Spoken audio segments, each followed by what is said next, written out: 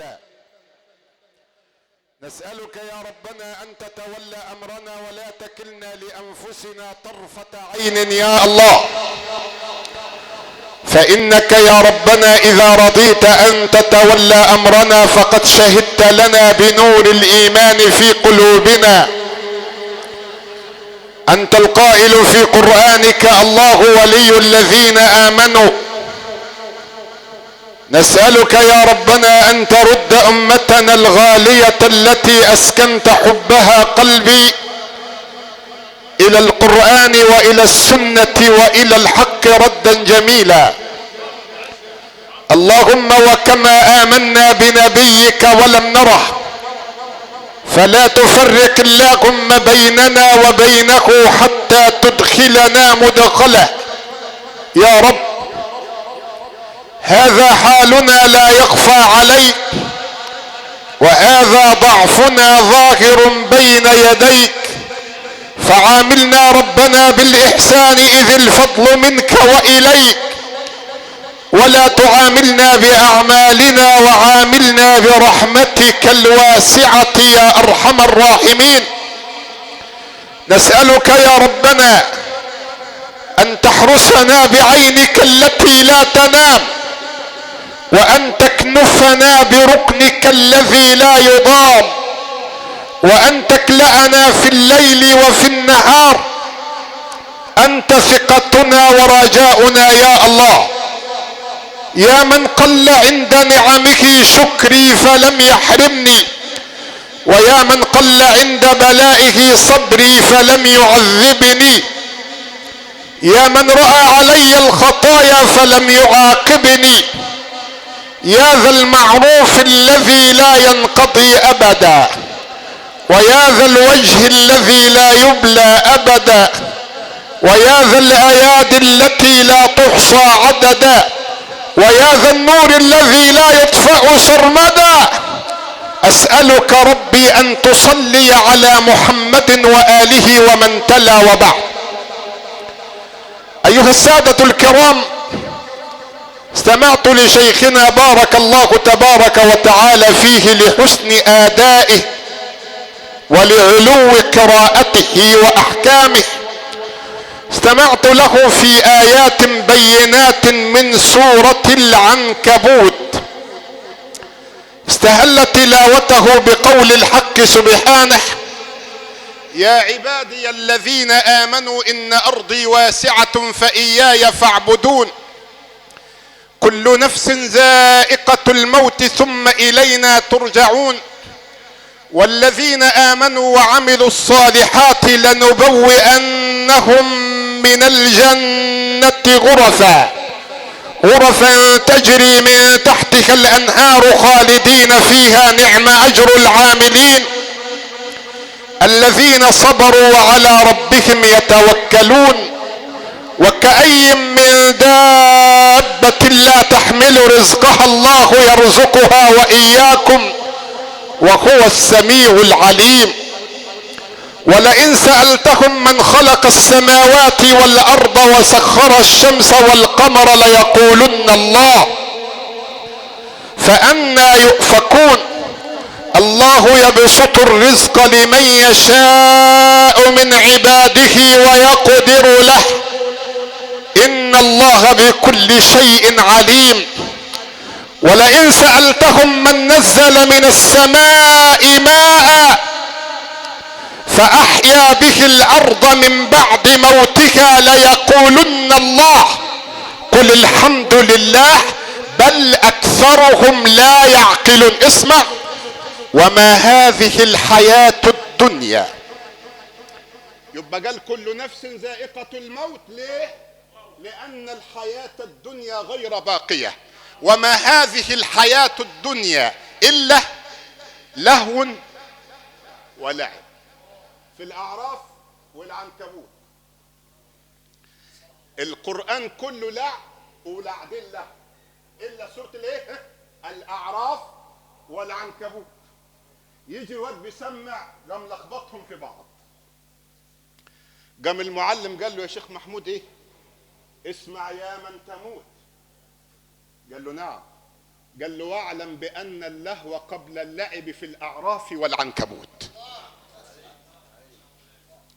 وما هذه الحياة الدنيا إلا لهو ولعب، وإن الدار الآخرة لهي الحيوان. بساطة بالشيخ محمود كل ما واحد يقرأ الآية دي يروح واصلها ببعضها، بس الجيل اللي حافظ على الشمرلي القديم على الأساس في المكاتب بيقف على دي، لأن دي وقف لازم.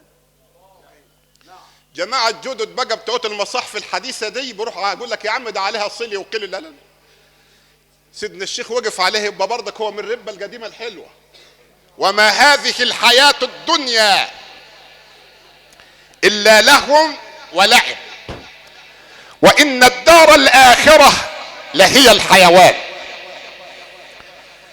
دار الدنيا لا تدوم إلى أحد، تعلو وتسطو وتغتني وتشتد، وبعد كده لابد للعودة إلى الله، لابد للفناء. أين الظالمون وأين التابعون لهم في الغي؟ بل أين فرعون وهامان؟ أين الذين دوخوا الدنيا بسطوتهم؟ وذكركم في الورى ظلم وطغيان. هل أبقى الموت ذا عز لعزته، أو هل نجا منه بالسلطان إنسان؟ لا والذي خلق الأكوان من عدم، الكل يفنى فلا إنس ولا جان. يا نفس قد أزف الرحيل وأظلك الخطب الجليل، فلا يلعبن بك الأمل الطويل، فلتنزلن بمنزل ينسى الخليل به الخليل، وليركبن عليك من الثرى ثقل ثقيل. قرن الفناء بنا جميعا، فلا يبقى العزيز ولا الذليل. شوف سيدنا النبي بيقول ايه؟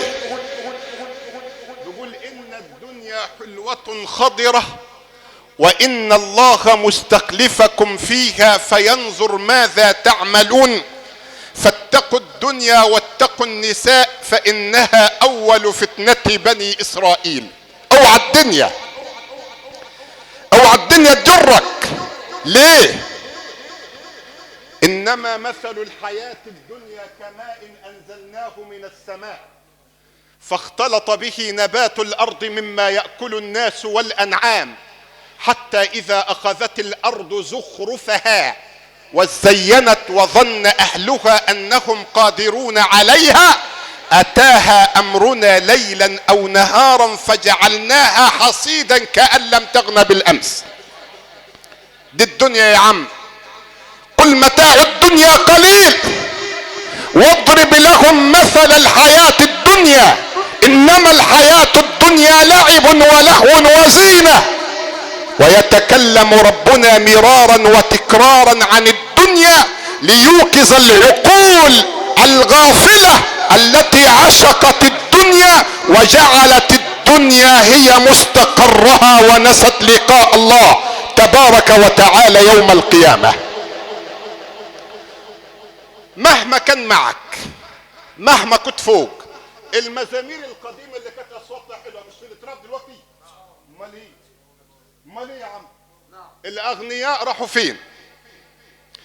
ان قارون كان من قوم موسى فبغى عليهم واتيناه من الكنوز ما ان مفاتحه لتنوء بالعصبة اولي القوة، اذ قال له قومه لا تفرح ان الله لا يحب الفرحين، وابتغ فيما اتاك الله الدار الاخرة، ولا تنس نصيبك من الدنيا واحسن كما احسن الله اليك، ولا تبغي الفساد في الارض ان الله لا يحب المفسدين. هو رد قال ايه؟ انما اوتيته على علم عندي. علم عندي يعني ايه؟ يعني الارض جابت كتير تقول اصل الكيماوي بتاعي طبيعي وعيالي فلاحين كويس وارضي قويه. يا اخي عيب، انسب الفضل لمين؟ الشيخ محمود عمالين يقول الله يفتح عليكم، وهو في نفسه يقول ذلك من فضل ربي الحمد لله اللهم ادم هذه النعمه. انما لو على نفسي شويه برد من اللي مطلوبين لي يمدي نوموا اي حد، صح؟ ولا تنس نصيب. قال له انما اوتيته على علم ايه. انما سيدنا سليمان لما كلموه قال ايه؟ ذلك من فضل او هذا من فضل ربي. هذا منين؟ من فضل ربي. ساعة ما يصيبك خير الحمد لله، جاي منين؟ من عند ربنا. انما لو نسبت القضية لنفسك وانت نايم عيال مش تقدر، رحت تعلق في الغيط الارض مش ما فيش ميه، جيت تجيب البابور لقيته عطلان، جيت تشتري جاز لقيت مش في جاز، فين عندك دي؟ امال انت فين؟ امال انت فين؟ قال لك ان كانت الارض والنعم مسخره اليك في الوجود فاعلم بان المسخر للنعم صاحب النعم فاحمد الله على نعمه. قال انما اوتيته على علم عندي اولم يعلم ان الله قد اهلك من قبله من القرون من هو اشد منه قوة واكثر جمعا ولا يسأل عن ذنوبهم المجرمون فخرج على قومه في زينته. قال الذين جماعة اللي هم مش بيفهموا، قال الذين يريدون الحياة الدنيا يا ليت لنا مثل ما اوتي قارون. ليه يا حبيبي؟ قال انه لذو حظ عظيم. الجماعة بقى اهل العلم. وقال الذين اوتوا العلم ويلكم ثواب الله خير لمن آمن وعمل صالحا ولا يلقاها إلا الصابرون. إيه جرى له بقى؟ قال فخسفنا به وبداره الأرض. ولذلك لما واحد يجي معه نعم، إنما الناس تقول إيه؟ ده ربنا راضي عليه يا عم، ده غني، ده معاه فلوس، ده راكب، ده عامل. إياك أن تفهم أن وجود النعم عند المنعم عليه دليل على رضوان الله عليه. لا لا، فقد يبتلي الله بالخير وقد يبتلي بالشر. قال ربنا في سورة الأنبياء ونبلوكم بالشر والخير فتنة. ونبلوكم ايه؟ بالشر والخير فتنة. فما تفكرش انها مقياس. ولذلك كان الشاعر كان عالم كبير فبعته بيقول ايه؟ بيقول عتبت على الدنيا لرفعة جاهل. ما هو الدنيا ممكن ترفع واحد فوق وهو فاضي من جواه، هو عارف انه فاضي. عتبت على الدنيا لرفعة جاهل وخفض لذي علم فقالت خذ العذر. ايه؟ قالت بنو الجهل ابنائي لهذا رفعتهم واهل التقى ابناء لضرة الاخرى. أأترك أبنائي يموتون ضيعة وأرضع أبناء لضرة الأخرى؟ لا، تموت الأسد في الغابات جوعا ولحم الضأن يرمى للكلاب. وذو جهل ينام على حرير وذو علم ينام على التراب. يقول إمام الأنبياء صلى الله عليه وعلى آله ومن والاه إذا رأيت الله يعطي العبد من الدنيا ما يحبه وهو مقيم على المعصية فاعلم بأن ذلك استدراج. يعني ايه؟ صلوا على الحبيب. انا هجيب واحد ووقفه على السجادة دي ووقعه من على السجادة على الارض، يتعور؟ يتعور؟ لا. طب لما احب الخبطة توجعه اعمل ايه؟ ارفعه لفوق عشان اما يقع. استدراج يعني ايه؟ يعني عليه عشان يخبطه.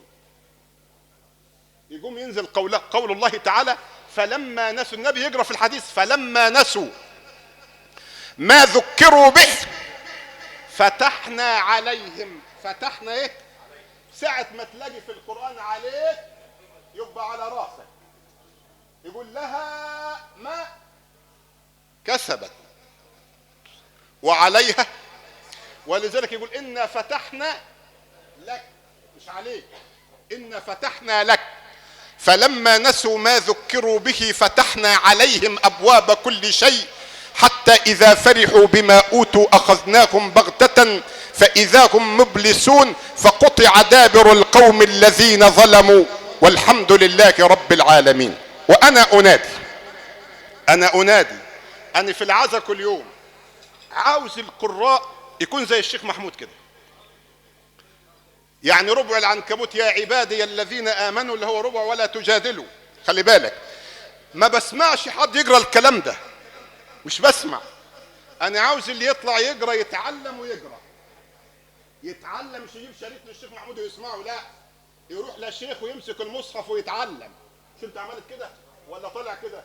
لا، مش كل واحد يجيب شريط ولا فلاشة ويقعد يسمع. لا، دي فلاشة مش هترد غلطاتك. اللي عاوز يقعد على التختة لاني هرد بعد كده اللي يغلط علني. اسأل ربي تبارك وتعالى ان يرحم الفقيد بواسع رحماته، وان يجافي الارض عن جنبيه، وان يكرم نزله، وان يجعله في مقعد صدق عند مليك مقتدر الرحمن. وصل اللهم وسلم على معلم الناس الخير، والسلام عليكم ورحمة الله تعالى وبركاته.